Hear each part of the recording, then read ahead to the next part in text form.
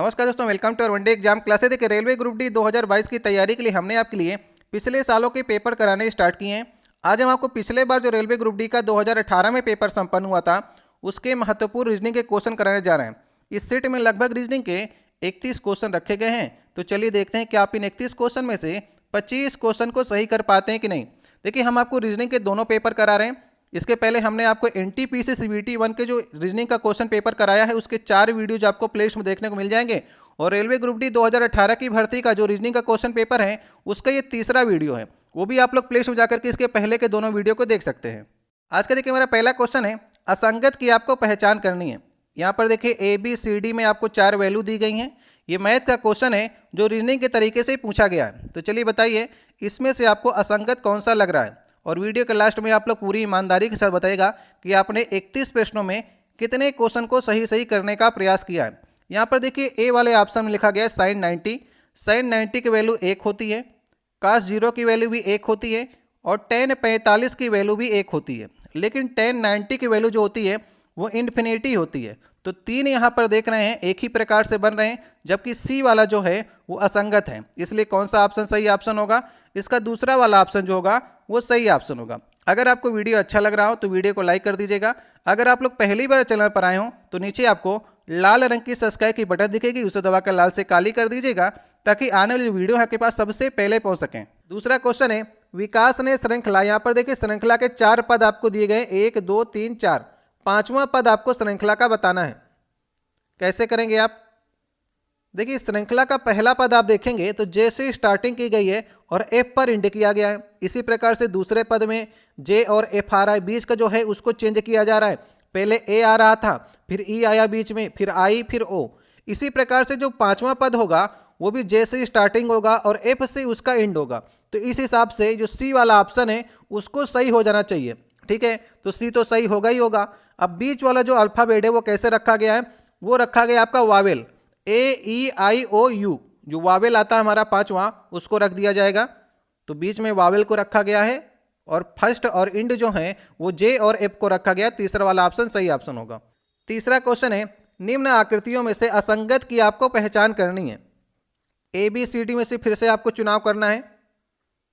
यहाँ पर आप देख रहे होंगे कि तीर जो है गोले से हमेशा अलग रखा गया है। ये तीनों में आप देख रहे हैं A, B और D में, जबकि सी वाले में गोले के अंदर से तीर को निकाल दिया गया है, इसलिए असंगत होगा। कौन सा ऑप्शन? सी वाला। और सी किस ऑप्शन में रखा गया है? सी रखा गया है लास्ट वाले ऑप्शन में, तो लास्ट वाला ऑप्शन इसका सही ऑप्शन होगा। चौथा क्वेश्चन है, एक्स ने जेड का परिचय अपने पिता की बहन की मां के रूप में कराया, तो जेड एक्स की क्या लगेंगी ये आपको बताना है। चलिए, रक्त संबंध से क्वेश्चन है, कैसे करेंगे आप? यहां पर देखिए, एक्स ने जेड का परिचय कराते हुए कहा, एक्स ने ये कहा है कि अपने पिता, एक जनरेशन हम लोग ऊपर जाएंगे, पिता, पिता है मतलब पॉजिटिव का निशान लगा दीजिए, अगर लेडीज होंगी तो माइनस का निशान लगा देंगे। पिता की बहन, बहन तो उसी जनरेशन में होंगी, माइनस का निशान लगा दीजिए क्योंकि बहन है। बहन की माँ, देखिए बहन की माँ और आपकी माँ दोनों सेम ही होंगी, और वो किस रूप में है? वो जेड के रूप में कराया है, माइनस का निशान लगा दीजिए क्योंकि माँ है तो माइनस लगा सकते हैं आप, लेडीज हैं। तो वो आपसे पूछ रहा है जेड एक्स की क्या लगेंगी। देखिए, आपकी पिता की माँ आपकी क्या लगेंगी? दादी लगेंगी, इसलिए सही ऑप्शन होगा लास्ट वाला ऑप्शन, एक्स की भी दादी लगेंगी। चौथा ऑप्शन सही ऑप्शन है। पांचवा क्वेश्चन है, कथन और धारणा से क्वेश्चन आया है। कथन को आपको ध्यान से पढ़ना है और उससे धारणा निकालनी है। क्या आप इस कथन से क्या धारणा निकाल सकते हैं? ठीक है, कथन को पढ़ते हैं हम लोग ध्यान से। भारत सरकार आयकर विभाग के लिए वर्ष में 3 बार भर्ती प्रक्रिया का संचालन करने की योजना बना रहा है। ठीक है, अच्छा होता कि ये सत्य में कथन होता कि वर्ष में 3 बार किसी विभाग में भर्ती आ रही होती है, लेकिन सिर्फ ये कथन है। अब धारणा आपको निकालनी है कि इस कथन से क्या धारणा आप समझ सकते हैं। पहली धारणा आप ये सोच सकते हैं, यह इसलिए हो रहा है क्योंकि अधिक रिक्तियां हैं। दूसरा, भारत सरकार आयकर क्षेत्र की सभी अनियमितताओं की जांच करना चाहती है। कौन सी धारणा आपको सही लग रही है? अगर एक वर्ष में 3 बार भर्ती निकल रही है, इसका मतलब यही हुआ कि रिक्तियां अधिक हैं, क्योंकि अधिक रिक्तियां होंगी तभी तो एक वर्ष में 3 भर्ती निकलेंगी, नहीं तो यहाँ तो 3 वर्ष में एक भर्ती नहीं निकल रही है। तो इसका सही ऑप्शन कौन सा होगा? केवल एक ही धारणा आप इसके बारे में सोच सकते हैं जो कि कथन से आपको मालूम चल रही है। छठवां क्वेश्चन है, यदि P का अर्थ मल्टीपल हो, T का अर्थ माइनस हो, M का अर्थ प्लस हो और B का अर्थ डिवाइड हो तो इस समीकरण का आपको मान बताना है। चलिए जहाँ जहाँ पर चेंजमेंट करना है सबसे पहले हम लोग चेंजमेंट करते हैं। 42 B की जगह पर आपको भाग का निशान रखना है, 6 लिख दीजिए। P की जगह पर आपको मल्टीपल का निशान रखना है, फिर 4 रख दीजिए। T की जगह पर आपको माइनस रखना है और M की जगह पर आपको प्लस रखना है।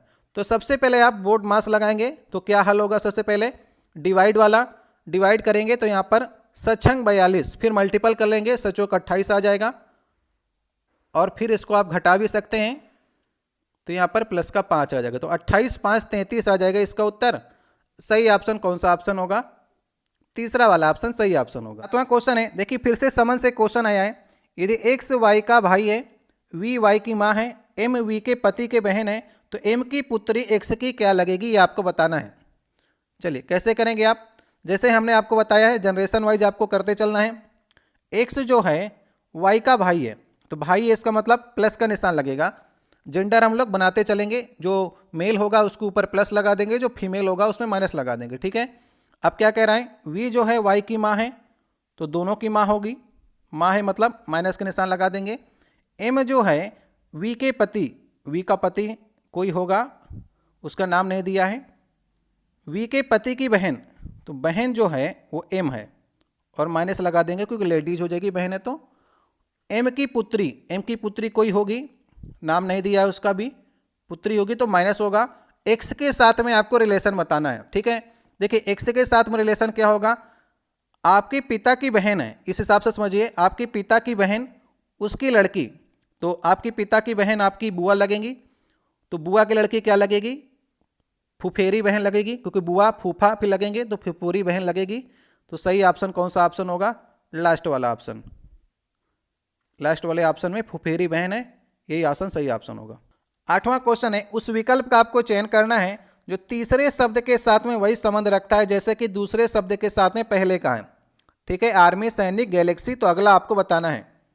कैसे करेंगे आप, देखिए आर्मी जो बनती है वो सैनिकों से मिलकर के बनती है, उसी प्रकार गैलेक्सी जो बनती है वो तारों से मिलकर के बनती है। यहाँ पर मेरे हिसाब से इन चार ऑप्शनों में जो सबसे बढ़िया ऑप्शन होता वो तारा होता, लेकिन अब तारा नहीं है तो आपको ग्रह को सही करना पड़ेगा, क्योंकि ग्रहों के तारों के चारों ओर ग्रह चक्कर लगाते हैं, तो ग्रह भी गैलेक्सी के अंदर ही होंगे, तो ग्रह से कह सकते हैं, या फिर तारों से मिलकर के गैलेक्सी बनती है तो तारों के चारों ओर ग्रह चक्कर लगाते हैं।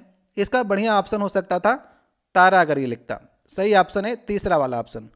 नौवां क्वेश्चन है, असंगत की आपको पहचान करनी है। ए बी सी डी में से बताइए कि क्या आपको असंगत लग रहा है इसमें से। अगर आप अल्फ़ाबेट की सीरीज को देखेंगे तो ए हमारा पहले स्थान पर आता है, बिल्कुल सही है। एम 13वें स्थान पर आता है, ये भी सही है। टी 20वें स्थान पर आता है, ये भी सही है। लेकिन सी को 5वें स्थान पर रखा है। सी तो हमारा तीसरे स्थान पर आता है ना, ए बी सी तीसरे स्थान पर आता है, तो सी के नीचे इसको 3 लिखना चाहिए था, लेकिन तब असंगत कैसे रहता। डी ऑप्शन को सही करिए, एक तो असंगत होना ही पड़ेगा ना, तभी तो ऑप्शन सही होगा। डी वाला ऑप्शन सही ऑप्शन होगा। 10वां क्वेश्चन है, दिए गए क्रम, आपको क्रम दिया गया है सीरीज का 12T 17Q 22N 27K, तो अगला पद आपको बताना है इस सीरीज का अगला पद क्या होगा। चलिए सीरीज को ध्यान से देखिए, यहाँ पर न्यूमेरिकल वैल्यू भी है और अल्फाबेट भी है। तो न्यूमेरिकल वाले को आप देखेंगे 12 5 17 हो रहा है, 17 5 22 हो रहा है, 22 5 27 हो रहा है, तो 27 5 32, तो 32 से स्टार्टिंग होगी, लेकिन 32 दो ऑप्शन में है, इसलिए आपको अल्फाबेट की सीरीज को भी देखना होगा। टी जो होता है वो 20वें स्थान पर होता है और क्यू जो होता है वो 17वें स्थान पर होता है, तो 3 कम किया गया है। 20 से 17 हुआ, 17 से 3 कम करेंगे तो 14 होगा, एन 14वें स्थान पर होता है। 14 से 3 कम करेंगे 11, के जो होता है 11वें स्थान पर होता है, और के से 3 कम करेंगे तो 8 आएगा। के से 3 कम करेंगे तो 8 आएगा, और 8 जो होता है वो एच का स्थान होता है, तो 32 एच वाला ऑप्शन ही सही ऑप्शन होगा। दोनों सीरीज को आपको मिलाना पड़ेगा क्योंकि दो ऑप्शन सेम कर दिए थे। 11 नंबर क्वेश्चन है, देखिए प्रश्न और तर्क से क्वेश्चन आया है। प्रश्न को आपको ध्यान से पढ़ना है और तर्क दोनों को पढ़ करके आपको बताना है कौन सा तर्क आपको सशक्त लग रहा है। अब देखिए प्रश्न में लिखा गया है, क्या हमारे देश को विकास के लिए अनेक योजनाएं बनाने की आवश्यकता है। तर्क में क्या लिखा गया है, पहला तर्क जो है हाँ में उत्तर दिया गया है, उचित योजना के बिना कुछ भी प्राप्त नहीं किया जा सकता। दूसरा तर्क है नहीं, योजना पर बहुत अधिक ऊर्जा, धन और समय का अपव्यय होता है, इसलिए योजनाएं नहीं बनानी चाहिए। देखिए हमारा जो देश है वो विकासशील देश है। अगर यहाँ पर योजनाएं अच्छी तरह से लागू नहीं होंगी तो हमारा देश जो है वो विकसित देश की श्रेणी में कभी नहीं आ पाएगा। तो अनेक योजनाएं बनाने की आवश्यकता है, इसका उत्तर आप हमेशा हाँ में ही देंगे, पॉजिटिव में ही देंगे। उचित योजना के बिना कुछ भी प्राप्त नहीं किया जा सकता है। यही तर्क जो है आपको सशक्त लगना चाहिए, तो लास्ट वाला ऑप्शन सही ऑप्शन है। 12 नंबर क्वेश्चन है, देखिए सवाल और कथन से फिर से क्वेश्चन है। इस प्रकार आप देख सकते हैं पिछले साल का रेलवे ग्रुप डी का पैटर्न क्या था। ढेर सारे सवाल आपको कथन निष्कर्ष से, कथन तर्क से, कथन धारणा से मिलेंगे, तो वो मैं आपको सारे कराने का प्रयास कर रहा हूँ। आप जितने पिछले साल के प्रैक्टिस सेट लगा लेंगे ना, तो आप कथन तर्क, कथन धारणा, इन सारे क्वेश्चनों को आप सही करके आएंगे। अब सवाल और कथन से क्वेश्चन आया है, इसको भी ध्यान से देखिए।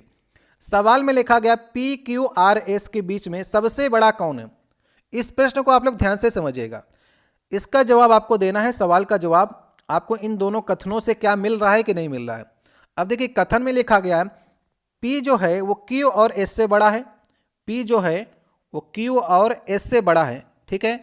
P के बारे में चर्चा की गई है। आपसे पूछा गया सबसे बड़ा कौन है। अब इसमें देखिए दूसरे वाले कथन में लिखा गया R जो है वो P से बड़ा है। R जो है वो P से बड़ा है, तो मतलब ये तो डिसाइड हो गया कि सबसे बड़ा जो है वो R है, ठीक है। क्योंकि Q S से बड़ा तो P था और P से बड़ा भी R हो गया। तो ये पूछ भी रहा है सवाल जो है सबसे बड़ा कौन है, तो R है। तो R का जवाब आपने कैसे दिया, जब इन दोनों कथनों का आपने उपयोग किया। तो सवाल के जवाब के लिए दोनों ही कथन पर्याप्त होंगे। कौन से ऑप्शन को टिक करेंगे आप, पहले और दूसरे दोनों कथन पर्याप्त होंगे। सवाल के उत्तर देने के लिए तीसरा वाला ऑप्शन सही ऑप्शन होगा। 13 नंबर क्वेश्चन है, कथन और निष्कर्ष से क्वेश्चन आया है। फिर से इसको ध्यान से पढ़िएगा और आपको बताना है कौन सा निष्कर्ष आपको सही लग रहा है। कथन में देखिए कुछ बंदर लंगूर हैं और कुछ लंगूर मानव नहीं है। ये दो कथन आपको दिए गए हैं, फिर आपको निष्कर्ष पढ़ना है। चलिए हम लोग वेन डायग्राम की सहायता लेते हैं।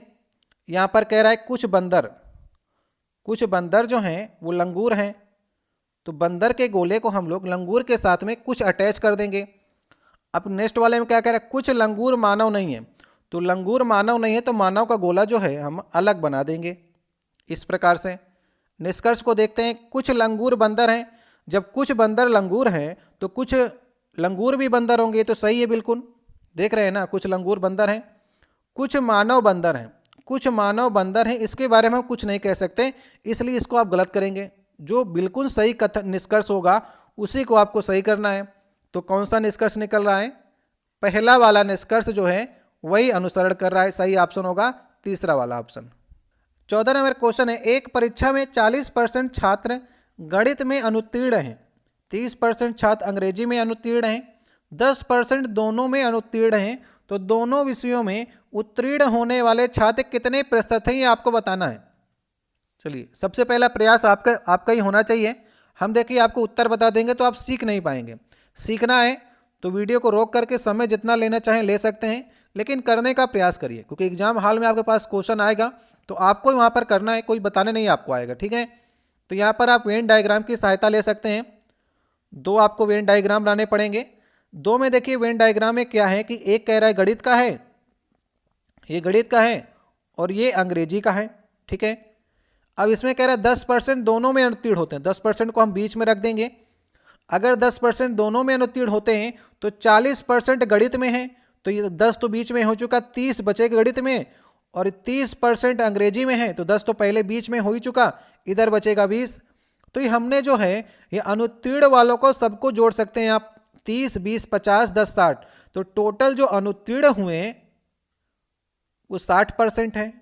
तो आपसे क्या पूछा है, उत्तीर्ण होने वाले, तो 100 में से 60% अगर अनुत्तीर्ण हो गए तो 100 माइनस 60 जो होंगे वो उत्तीर्ण होंगे, 40% उत्तीर्ण। तो उत्तीर्ण आपसे पूछा है, सही ऑप्शन कौन सा ऑप्शन होगा, दूसरा वाला ऑप्शन सही ऑप्शन होगा, ठीक है। अनुत्तीर्ण को निकाल करके 100 से घटा देंगे तो उत्तीर्ण वाले सारे निकल आएंगे।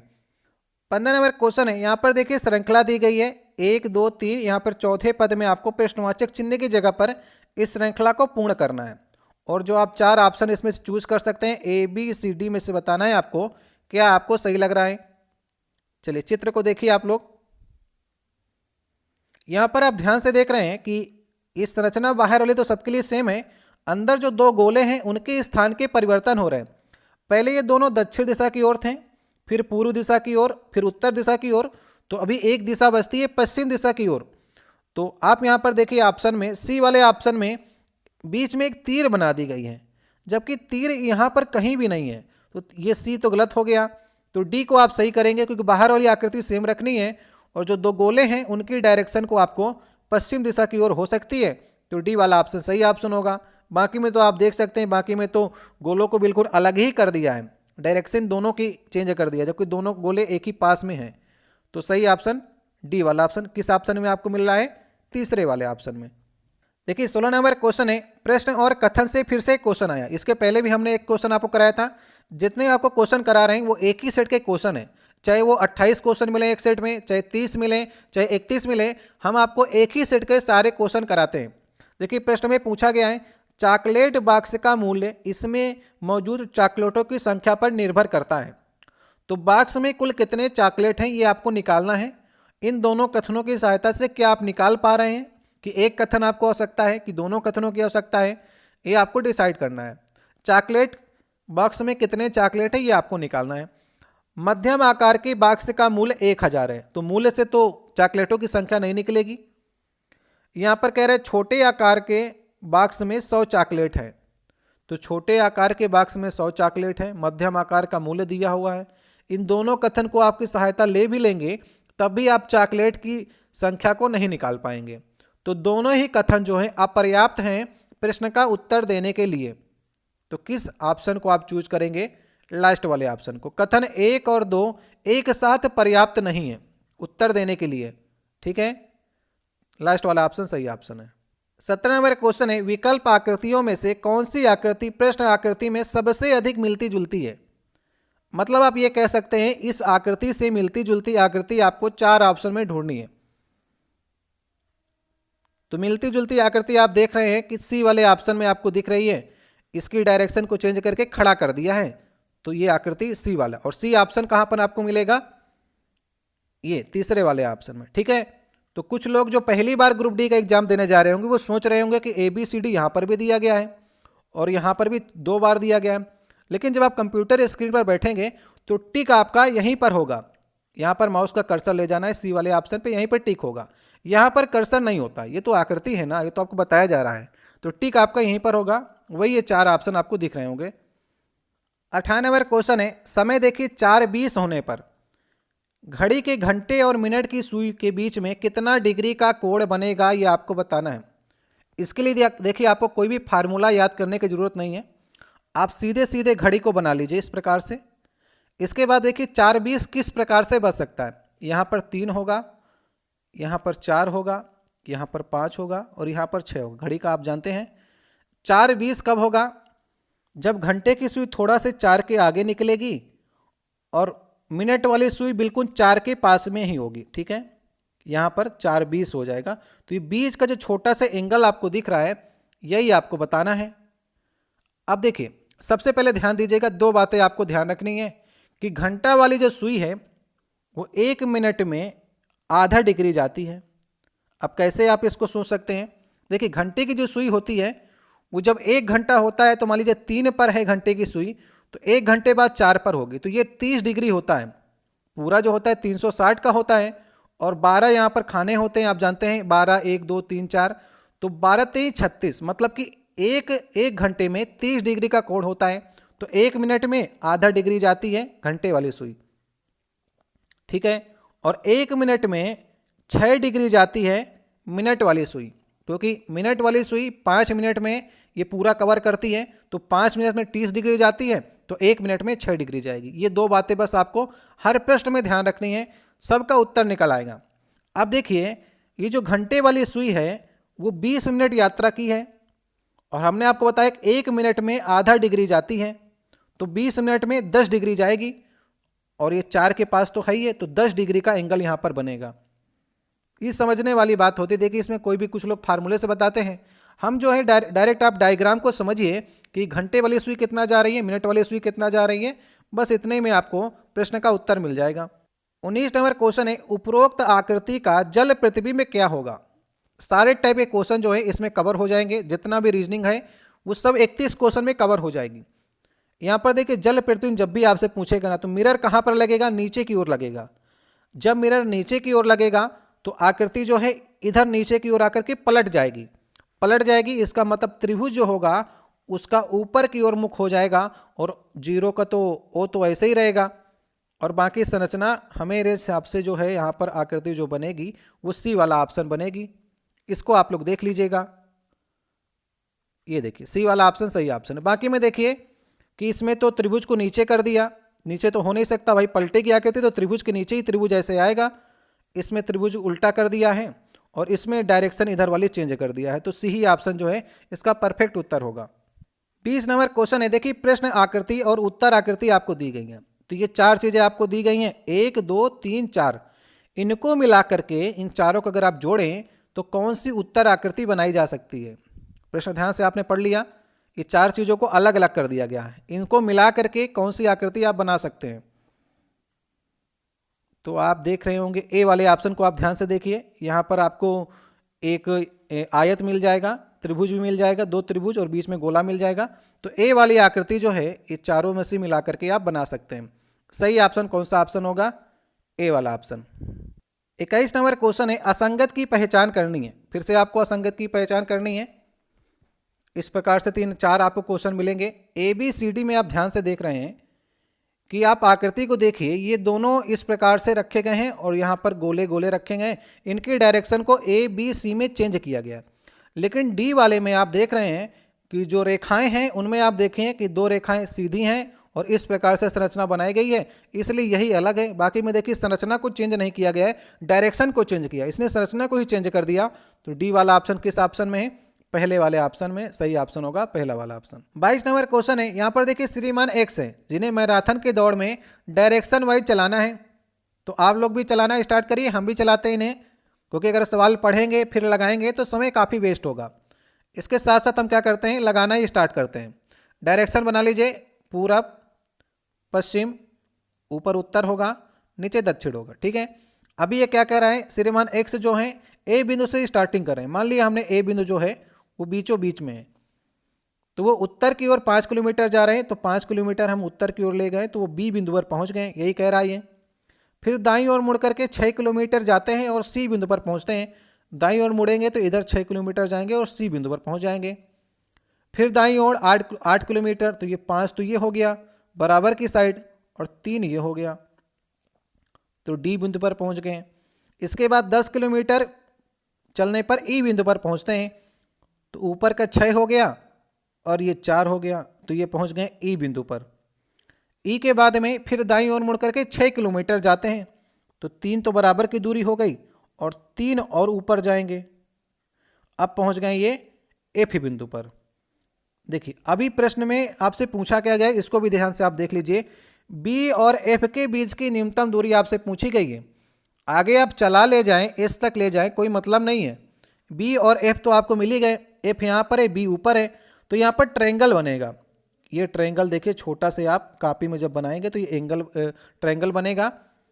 अब ये देखिए दूरी 3 है, तो ये नीचे वाली 4 होगी और ये दूरी बचेगी 2, तो 4 2 और ये कर्ण होगी, तो 4 का स्क्वायर प्लस 2 का स्क्वायर अंडर रूट में ये न्यूनतम दूरी होगी, तो 16 4 20, अंडर रूट 20 अगर बाहर निकालेंगे तो 2 रूट 5 आएगा। तो लास्ट वाला ऑप्शन सही ऑप्शन। इसे आप कॉपी बनाएंगे ना तो अच्छे से आपको समझ में आएगा। यहाँ पर थोड़ा जगह कम है, इसलिए मैंने आपको बता दिया है कैसे आपको करना है। हमारा काम देखिए आपको दिशा बताना है और उत्तर तक पहुँचना आप ही का काम है। डायरेक्शन आपको सही बताई है, ये दूरी नीचे वाली 4 है, बगल की 2 बचेगी, तो 4 चौको 16 4 20 और ये कर्ण आपको निकल आएगा, क्योंकि आधार का स्क्वायर प्लस लंब का स्क्वायर तो कर्ण का स्क्वायर होता है। सही ऑप्शन इसका न्यूनतम दूरी लास्ट वाला ऑप्शन होगी। 23 नंबर क्वेश्चन है, पावनी संध्या की बहन है, संध्या का बेटा कौशिक है, तो पावनी कौशिक से किस प्रकार संबंधित है।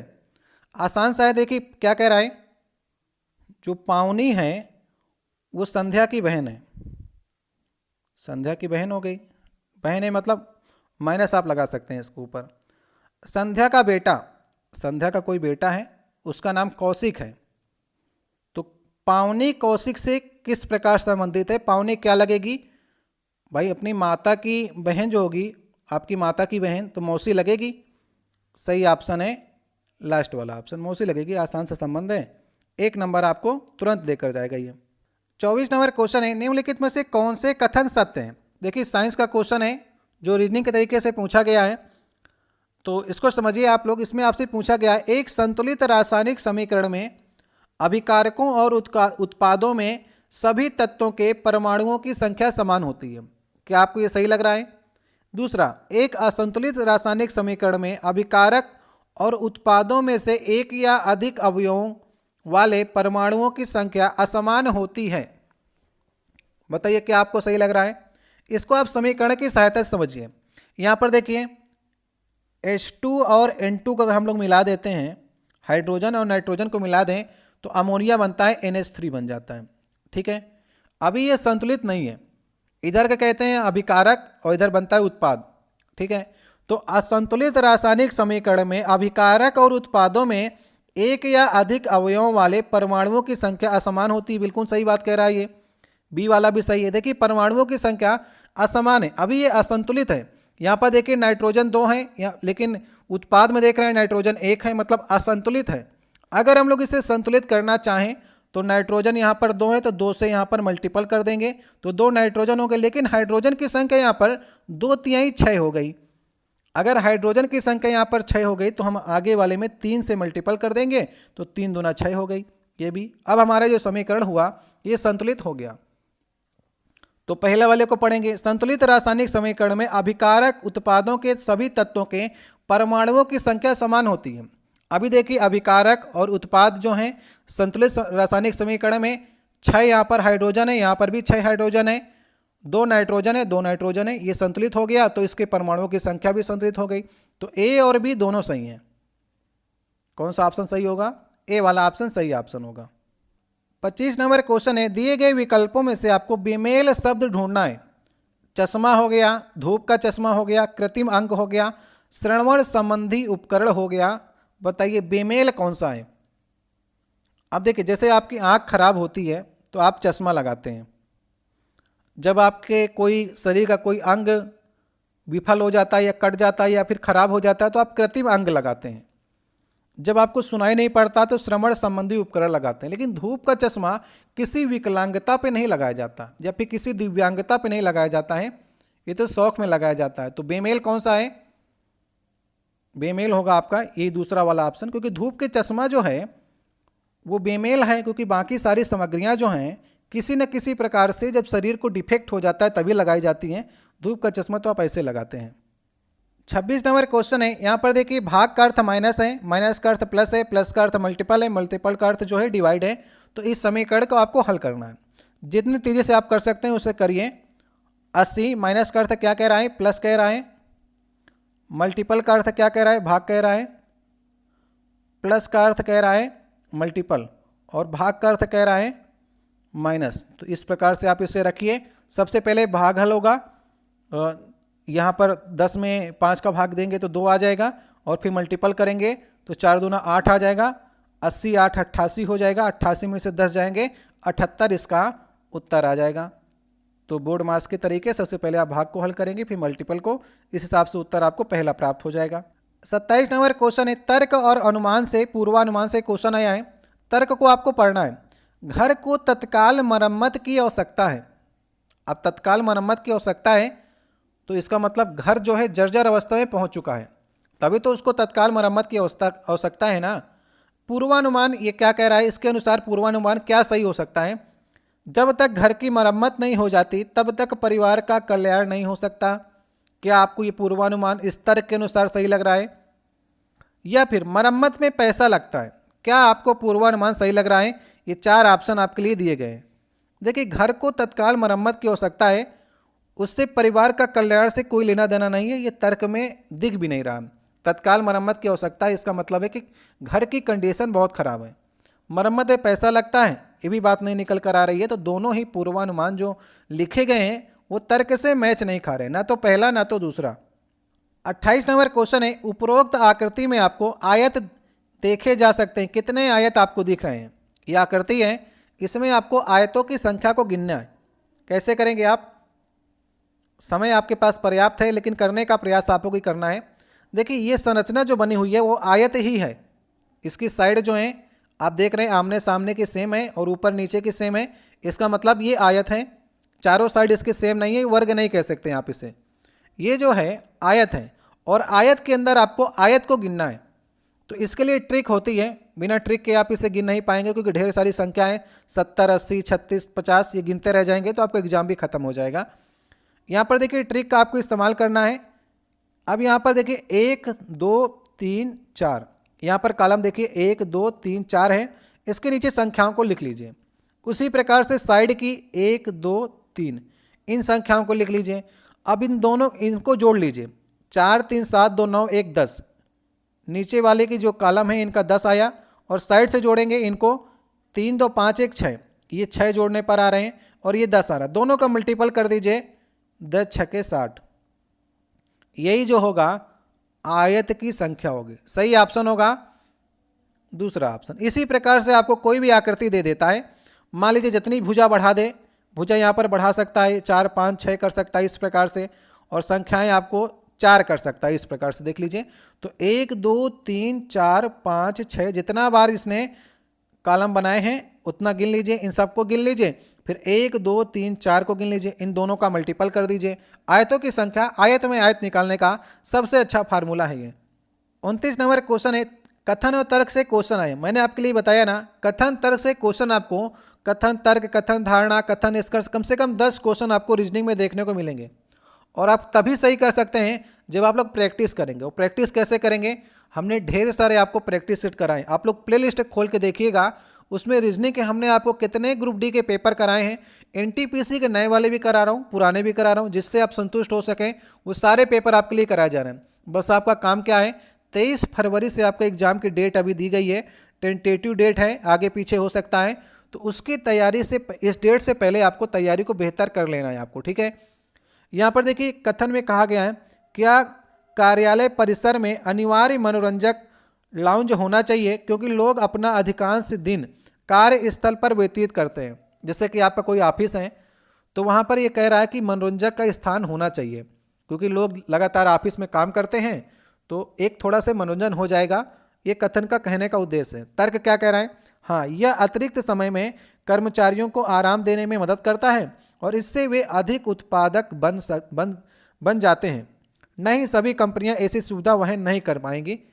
देखिए कथन से तो ऐसा लग रहा है कि कर्मचारियों का ध्यान देने के लिए लाउंज की, मनोरंजक लाउंज की बात कर रहा है, जो कि एक सही बात है। तर्क में हाँ में जो बात लिखी गई है वो थोड़ा मनोरंजन से क्या होता है, माइंड फ्रेश हो जाता है। माइंड फ्रेश होगा तो सोचने की शक्ति जो होती है और अच्छी बढ़ जाती है, तो अच्छे उत्पादक बन सकते हैं। एक तर्क आप इसमें इसको सही कर सकते हैं। सही ऑप्शन होगा पहला तर्क जो है वो सशक्त है इस कथन के अनुसार। 30 नंबर क्वेश्चन है, यहाँ पर देखिए वेन डायग्राम दिखा गया है फ्रेंच, स्पेनिश, जापानीज का। इस चित्र में कक्षा में 3 भाषाओं के अध्ययन करने वाले विद्यार्थियों की संख्या को दर्शाया गया है। ऐसे कितने छात्र हैं जो स्पेनिश और जापानी का अध्ययन करते हैं पर फ्रेंच का अध्ययन नहीं करते हैं? तो देखिए फ्रेंच वाले को आपको छोड़ देना है, जापानीज और स्पेनिश दोनों बोलने वाले ये बीच में 7 रखे गए हैं, तो इसको सही कर देना है। और ये 7 जो है फ्रेंच से मैच भी नहीं खा रहा है, तो सही ऑप्शन होगा इसका पहला वाला ऑप्शन। आज का देखिए 31 नंबर क्वेश्चन है, आज का लास्ट क्वेश्चन होगा। 12:26 AM पर घंटे की सुई और मिनट की सुई के बीच में 2 कोण में से बड़ा कोण आपको बताना है। देखिए 12:26 जब बनेगा तो ऐसे बनेगा, तो ये छोटा कोण होगा और ये बड़ा कोण होगा, तो बड़ा वाला कोण आपको बताना है। इस क्वेश्चन का जवाब कमेंट बॉक्स में देना है।